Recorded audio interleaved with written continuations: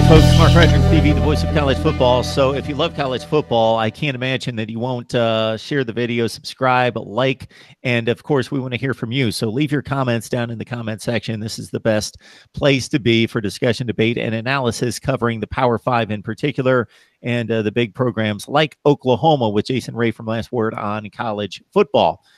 Jason, I think most of us tend to categorize football in any sport, but football most of the time in different categories in regards to, obviously, there are different levels.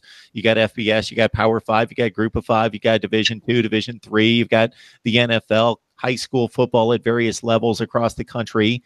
But then we got different categories when it comes to kind of taking the game seriously. This is serious football. Then you've got leagues like the XFL.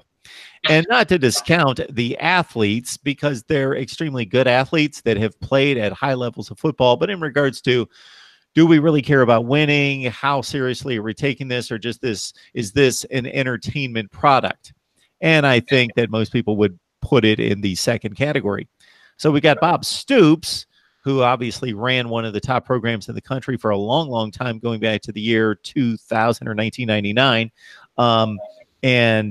Now, obviously, he was always a family-oriented guy, so it wasn't shocking that he stepped away from the game, even though he's a relatively young guy, stepped away from the game, having accomplished what he did, but wanting to step away from the grind that is, again, what I would categorize as serious football. You're there to win, and it's taken very seriously. You were there to win championships versus you got an XFL gig. And I was a bit intrigued or mystified by not connecting Bob Stoops as the kind of guy, being a very kind of established guy, a serious football guy, a guy that's taken into account as being a legend in the game of football, and putting him in kind of a clownish category of the XFL. I'd love to know what you think about Bob Stoops' decision.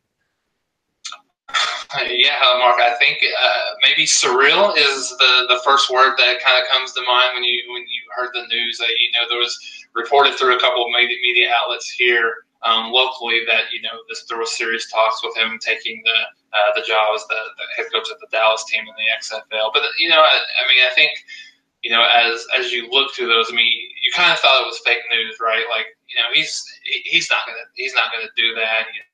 He's retired. He did mention when he did retire that he's at the same age that his father was when his father had a heart attack on the field, and he wanted to certainly be able to enjoy his retirement. And so to hear that news was surreal, shocking, kind of disbelief. Not in terms of that's beneath him or anything like that, but a couple of things that come to mind. Number one, very surprising that he would come back into coaching this soon. Kind of thought, there was a chance that he would come back into coaching, but all the things that you read and you hear when he talks, he didn't seem to really have that much interest in coming back to coaching. So when you look at that, pretty surprising, and especially not only the fact that he's the head coach, but he's also the GM. So I think one of the things that, and as you kind of take it back a little bit and look at it, that the time constraints probably not as demanding as it would be, obviously, as an NFL head coach or a serious, as we say the serious football head coach. I think they will play their games next year. I believe it's in the spring. So it's interesting. It'll be interesting to know, is he what does the XFL product look like in 2020, right? I know that they have kind of reshaped that organization a little bit to be a little bit more serious than it was previously. That only lasted that 1 year before it folded. But what kind of seriousness does this provide? Is he just is he a figurehead? Is he a name that he's kind of on the sidelines? He's coaching, but he's more there as from a promotional perspective, a marketing perspective. But good to see him. Certainly good to see him get back into coaching. I think if he would have went towards the college route a little bit, he might have disgruntled some fans. But to be honest, I do concern myself with how this looks in terms of his perception amongst one of the greatest coaches, at least certainly in Oklahoma football history. He's right there with with Bud Wilkinson and Barry Switzer as the top three coaches in terms of a milestone achievement career with Oklahoma. Does it tarnish his legacy a little bit? Does it? I mean, I think all those questions will certainly remain to be answered. It was, I think, like I said, very surreal and almost a weird, almost a strange moment. Why he would make that decision. I wouldn't think it would be from a financial perspective, a money decision. I think he even made a joke as he was introduced as the coach. I believe it was yesterday.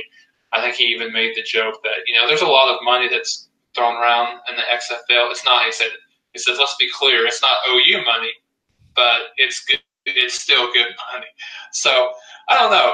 It'll be interesting to see how that kind of works itself out. I mean, I know a lot of fans here will be Dallas XFL fans, which I believe that they're playing at their games at the Texas Rangers and Globe Life ballpark. So I think as us that are big, rabid, football fans, we take football however we can get it.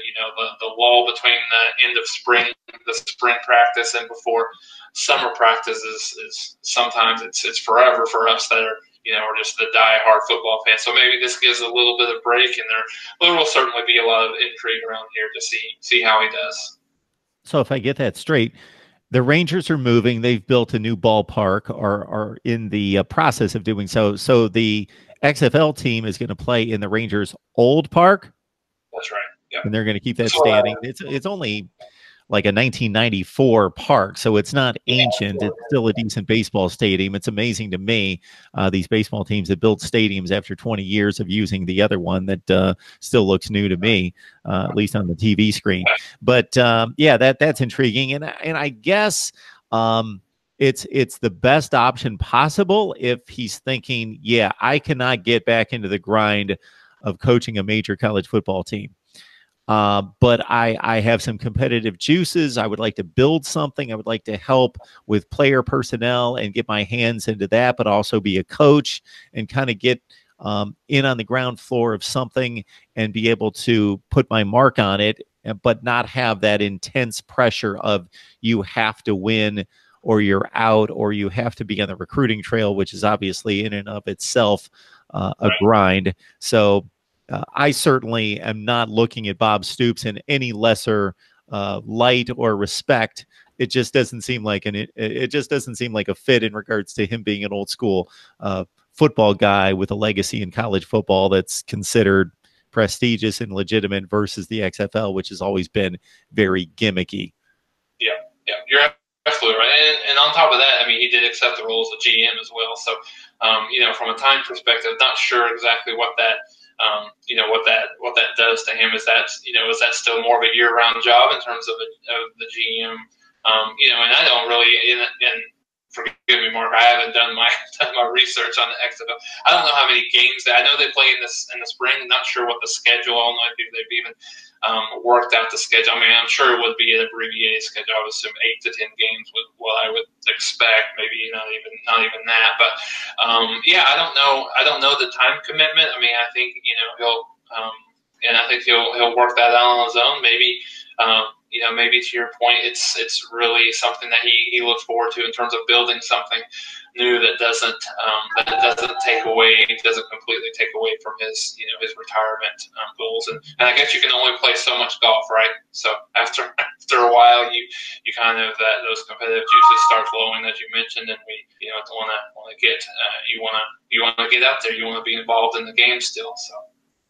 All right, good conversation with Jason Ray. You can catch him on Last Word of College Football with a number of other guests and contributors and friends here at Mark Rogers TV, the voice of college football, like Mike Laval and Tony Siracusa, Kevin McGuffey, Lauren Beasley, all sorts of folks there that do a fine job covering college football. Jason, we appreciate you stopping by, sir.